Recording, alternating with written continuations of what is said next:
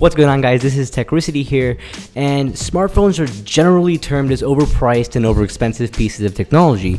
Yes, the OG Moto G from last year did help change this opinion to a certain extent because it did have its own shortcomings and drawbacks.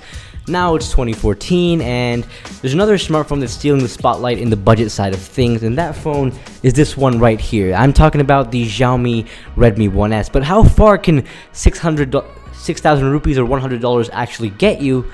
Well, let's find out. The best thing about this phone, without a doubt, is the price tag. Alright, so as I mentioned earlier, this phone is only 6,000 bucks. So whenever I say something is good or great throughout this video, please keep in mind that it's absolutely phenomenal for the price you pay for this thing, because this thing is dirt cheap. On that note, let's segue into the specs and performance. So this phone comes with a quad-core Qualcomm Snapdragon 400, an Adreno 305 GPU, and 1GB of RAM. In perspective, so-called mid-range phones have equal or less specs for double or more the cost. Also, what's interesting about the processor is that it's clocked at 1.6 GHz, whereas other Snapdragon 400 handsets go anywhere between 1.2 to 1.4. General real-life performance is great. The Redmi doesn't break a sweat for things like web browsing, social media, email, scrolling through stuff, and even light gaming works great. Graphically intense games like this one also run fine. Yeah, they do drop a frame here and there, but you can't really expect it not to. Games and other media look great on the 4.7-inch ACG Dragon Trail 720p 312 ppi IPS LCD glass on the front, although in some countries this is Gorilla Glass 2. Now, this is not the best or sharpest display in the world, but text is crisp, color reproduction is great, it's pretty sharp, and you can make the brightness really low. However, the screen is reflective, and that makes it difficult to use the phone in direct sunlight. Also, the screen just loves fingerprints. At first, I thought the display was a little too warm, but Xiaomi has included a setting to adjust color temperature and saturation according to your liking. All of this is powered by a 2000 mAh battery, which is user replaceable and also has a great color scheme. I got around 1 full day of battery life with moderate to heavy use, so battery life is not an issue here. Above the battery are 2 SIM card slots. The primary SIM supports 3G HSDPA, while the secondary SIM slot supports 2G or Edge. To the left of that is a microSD card slot that supports memory expansion of up to 64 gigs to add to the internal 8GB. The back cover itself is made out of plastic, but surprisingly it isn't flimsy, and once you put it back on, it doesn't squeak or make crackling sounds like other Galaxy phones, and since it's user replaceable, there are tons of alternative backs that can change the look and feel of the phone completely. The phone itself is pretty heavy, coming in at 158 grams. It feels nice and sturdy in the hand. Holding this phone in your hand, you feel like it's been built to last, and you can't really say that about many phones in this ridiculously low price range. The front of the phone has a textbook square candy bar design, and those bezels are not impressing anybody. However, the non-backlit red capacitive buttons are, because they look absolutely stunning, and the upper portion has the earpiece, which allows excellent call quality, along with the front camera and some sensors.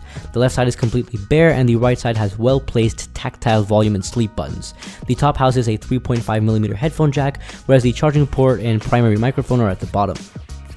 The Mi logo is carved into the back of this phone, and above it lies the flash along with the primary camera that ever so slightly protrudes out of the back of the phone. To its right is the speaker. The speaker gets pretty loud, and the sound quality is fairly decent. The awkward position is probably to allow the speaker to use the slightly protruding camera to an advantage and not get muffled while lying flat on the table. Going back to the primary camera, it has completely exceeded my expectations. The 8MP shooter produces wonderful images, and you wouldn't believe that these pictures came from a low-cost phone. It takes 1080p video at 30 frames per second, and it's really good at it too. Here are some sample shots.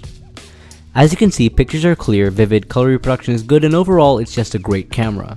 The secondary camera is 1.6 megapixels and is capable of recording 720p video at 30 frames per second. Here's a sample.